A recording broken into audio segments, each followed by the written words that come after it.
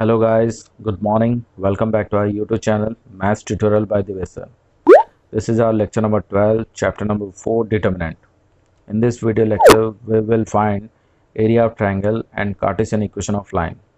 In case you have missed my previous videos, then tap the I button where you can find all the videos. So don't memorize the maths, but memorize the formulas and practice more and more questions so that you will fall in love with maths. So let's begin our class. Area of triangle. If coordinates of vertices of triangle are x1, y1, x2, y2 and x3, y3, then area of triangle is equal to half of mod of determinant. Half of mod of determinant.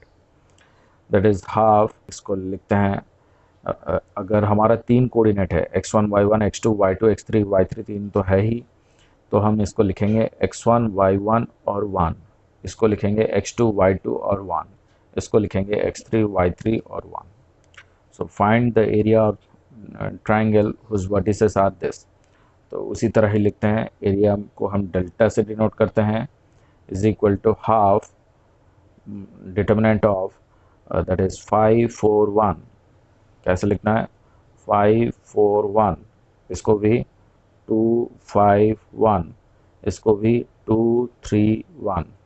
अब इसको solve करेंगे तो ये हो जाएगा हमारा half, यहाँ पर रहा 5, इसको क्लोज कर देते हैं तो 5 इंटू 1 दैट इज 5 माइनस इसको क्लोज करने के बाद 3 इंटू 1 दैट इज 3.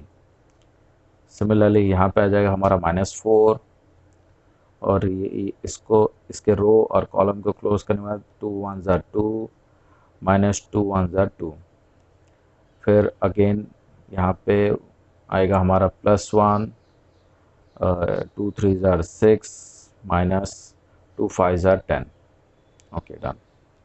तो हमारे पास बचा ये हाफ 5 2 ज़ा 10, 5 2 ज़ा 10, ये 2 2 कैंसिल आउट होके 0 और ये रहा 6 माइनस 10 दैट इज -4 का मॉड. तो हाफ 10 माइनस 4 दैट इज 6 है, 6/2 क्लियरली 3 है. ये हो गया हमारा स्क्वायर यूनिट. लिख देते हैं स्क्वायर यूनिट. अगर ये सेंटीमीटर में दिया होता तो हम स्क्वायर सेंटीमीटर लिख सकते थे, मीटर में दिया होता तो स्क्वायर मीटर, या कुछ नहीं दिया है तो बेटर हम लिखते हैं square unit. This is our answer. Next दूसरे टाइप का क्वेश्चन यहाँ पे आ जाता है. If area of triangle whose vertices are 8 2 k 4 and 6 7 is 13, find k. यहाँ पे एरिया ऑलरेडी दे दिया रहता है और एक वर्टिसेस का अननोन कोऑर्डिनेट फाइंड आउट करना रहता है. तो सिमिलरली सेम प्रोसीजर से आगे बढ़ते हैं. दोबारा लिखते हैं that is delta is equal to half determinant of 8 2 1 8 2 1 k 4 1 6 7 1 6 7 1. तो फाइंड इज इक्वल टू यहाँ पे लिखेंगे 13.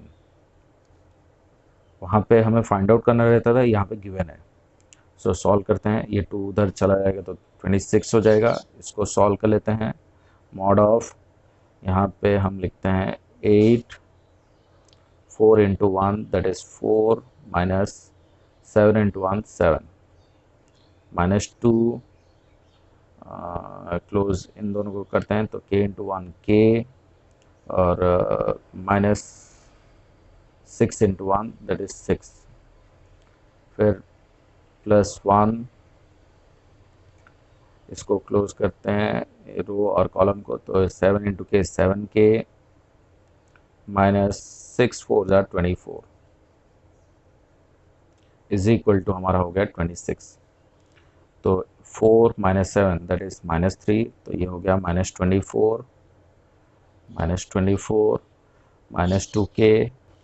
2k plus 12 7k minus 24 is equal to हो गया 26. तो ये पूरे मॉड के अंदर लिखना चाहिए हमें. तो सॉल्व करते हैं. 7k minus 2k that is 5k -24 -24 that is -48 + 12 that is -36 mod के अंदर इज इक्वल टू 26। तो मॉड हटाएंगे तो दो वैल्यू यहाँ पे आएगा प्लस और माइनस। तो एक सॉल्व करते हैं 5k -36 इज इक्वल टू -26 ले लेते हैं। तो 5k is equal to -26 + 36 that is हो गया 10 और k की वैल्यू हो जाएगा 10/5 इज इक्वल टू 2। सो एक वैल्यू हमारा आ गया k इज इक्वल टू 2। दूसरा हम ले सकते हैं that is 5k -36 is equal to only 26। तो 5k इज इक्वल टू हो जाएगा 26 + 36 दैट इज क्लियरली 62। k हो जाए हमारा 62/5। ये हो गया हमारा second value. Next, Cartesian equation of line. If a is a x1 y1 and b x2 y2 are two distinct points of AB is then Cartesian equation of line is, हमें clearly पता है, ये वाला हम लोग length में पढ़ चुके हैं, that is y - y1 upon y2 - y1 is equal to x - x1 upon x2 - x1। और अगर इसको डिटर्मिनेंट फॉर्म में लिखते हैं तो ये हो जाए हमारा, ये दोनों पॉइंट गिवन है तो एक अननोन लिखना है दैट इज x y 1, बाकी x1 y1 1, बाकी x2 y2 1 is equal to 0। तो इसे सॉल्व करके देख लेते हैं तो हमें क्लियर हो जाएगा। Find the equation of line passing through 7 8 and 5 - 2। तो for equation of line that is हम लिखेंगे एक unknown value that is x y 1, दूसरा लिखेंगे 7 8 1, तीसरा लिखेंगे 5 - 2 1 इज इक्वल टू 0। अब सॉल्व करते हैं इसे। तो x 8 × 1 8 -2 × 1 -2, तो ये हो जाएगा हमारा +2। देन -y, रो और कॉलम को क्लोज करते हैं, 7 × 1 7 -5 × 1 5, सिमिलरली 1, तो 7 × -2 -14 -5 -8 5 are 40 इज इक्वल टू 0।